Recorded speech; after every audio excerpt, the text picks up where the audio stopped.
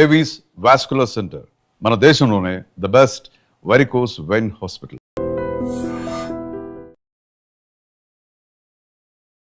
రైతు భరోసా ఇది యాక్చువల్లీ రైతుల కోసం చేసినటువంటి ఒక పథకం. నిజం చెప్పాలంటే కూడా మంచి పథకమే. ఈ రైతు భరోసా అనుకోండి, గతంలో ఇచ్చిన రైతు బంధు అనుకోండి, ఇవి ఎప్పుడైనా సరే రైతులు పంటలు వేసే కంటే ముందు అంటే విత్తనాలకు కానీ ఎరువులకు కానీ వీటికి అక్కరకు వస్తుందని తీసుకొచ్చినటువంటి పథకం. సో రైతులు ఈ పథకాన్ని స్వాగతించారు. అట్లాగే గత ప్రభుత్వం అంటే కేసీఆర్ ప్రభుత్వం గెలవడానికి వన్ ఆఫ్ ది రీజన్ కూడా రైతు బంధు లాస్ట్ టైం.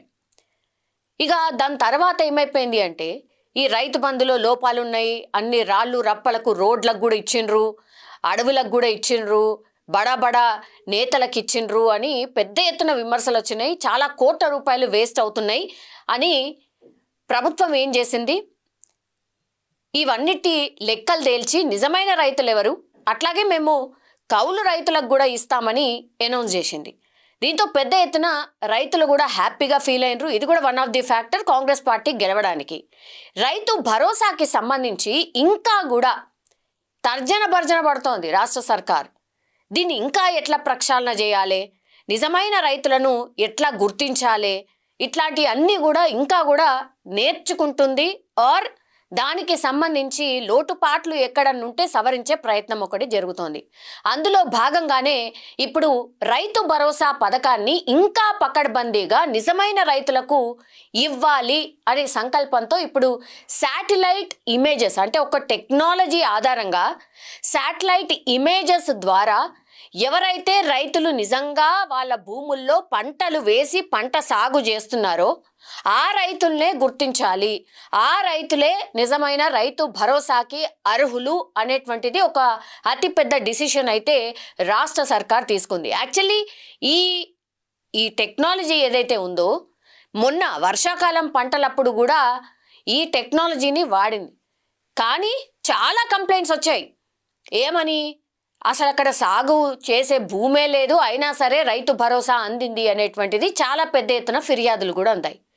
ఇట్లా కాదుగా దీన్ని పకడ్బందీగా చేయాల్సిందే. అందులో భాగంగానే స్ట్రిక్ట్గా ఈ శాటిలైట్ ఇమేజెస్ టెక్నాలజీని అక్యురేట్గా వాడి నిజమైన రైతులు ఎవరు, సాగు చేస్తున్నటువంటి రైతులు ఎవరు క్రాస్ చెక్ చేసి ఆ రైతులకే ఈసారి నుంచి రైతు భరోసా నిధులు పడతాయి అనేటువంటిది స్పష్టంగా రాష్ట్ర సర్కార్ అయితే ఆలోచిస్తున్నట్టుగా చెప్తున్నారు.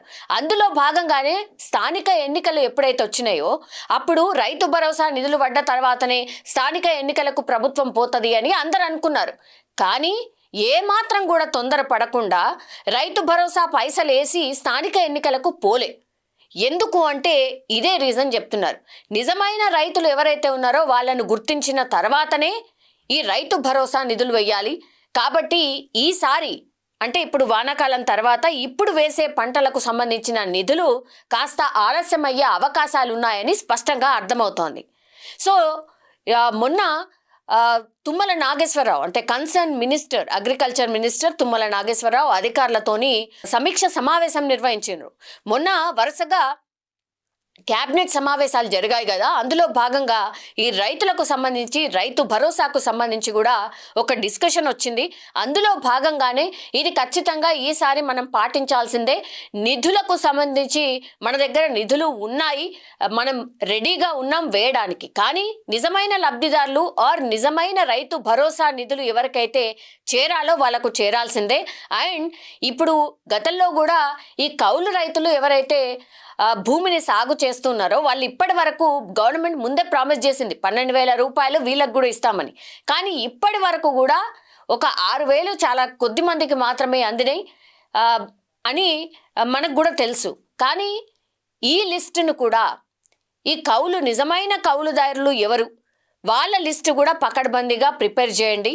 సో వాళ్ళకి కూడా ఈసారి ఖచ్చితంగా ఈ రైతు భరోసాకి సంబంధించిన నిధులతో పాటే వాళ్ళకు కూడా ఇవ్వాల్సిందే అని అతిపెద్ద డిసిషన్ ప్రభుత్వం తీసుకున్నట్టుగా చెప్తున్నారు.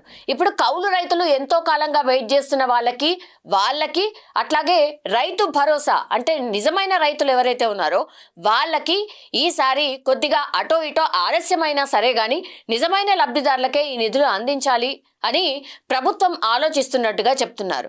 సో స్థానిక సంస్థల ఎన్నికలు అయిపోయిన తర్వాతనే ఇది జరిగే అవకాశం ఉంది. ఎందుకంటే కోడ్ అమల్లో ఉంది కాబట్టి ఇట్లాంటి ప్రభుత్వ పథకాలకు సంబంధించి వేయడానికి ఉండదు. ఎందుకంటే ఇది ఒక రకంగా ప్రలోభ పెట్టినట్టు అవుతుంది కాబట్టి ఆ డిసిషన్ ప్రభుత్వం తీసుకుంది అన్నటువంటి మాట చెప్తున్నారు. సో ఆఫ్టర్ స్థానిక ఎన్నికల తర్వాత ఇమీడియట్గా రైతు భరోసా నిధులు అంటే డిసెంబర్ 17 తర్వాత ఈ రైతు భరోసాకి సంబంధించిన నిధులు పడే అవకాశం ఉందని అధికారులు అయితే భావిస్తున్నారు. అందులో భాగంగానే చాలా స్ట్రిక్ట్గా ఇప్పుడు సమీక్ష సమావేశాలే కాదు, ఈ శాటిలైట్ ఇమేజెస్ ద్వారా నిజమైన రైతులు ఎవరు, రైతు భరోసా నిధులు ఎవరికైతే వెళ్లాలో, ఎవరైతే రైతులు అర్హులు ఉంటారో వాళ్ళకే పడతాయి అన్నటువంటి మాట ప్రభుత్వం అయితే చెప్తోంది. నిజంగా ప్రస్తుతం ఉన్నటువంటి సమాజం దేనికి ప్రయారిటీ ఇస్తుంది? ఆర్థిక సంబంధాల చుట్టూ మాత్రమే తిరుగుతుంది. మళ్ళీ ఎన్నికలంగానే చాలా విరక్తి కలుగుతాను. మంచి అనిపిస్తుంది కదా, లేడీస్ కూడా ఛాలెంజింగ్ జాబ్స్ చేసినప్పుడు చాలా బాగుంటది. ట్రాఫిక్ అసిస్టెంట్స్ గా నియమించిన ట్రాన్స్జెండర్స్ అందరితో సాల్యూట్ చేయించుకుంటున్నారు. ఫుడ్ డెలివరీ ఇవ్వటానికి వెళ్ళినటువంటి డెలివరీ బాయ్ అనిల్ పై కళ్ళ ముందు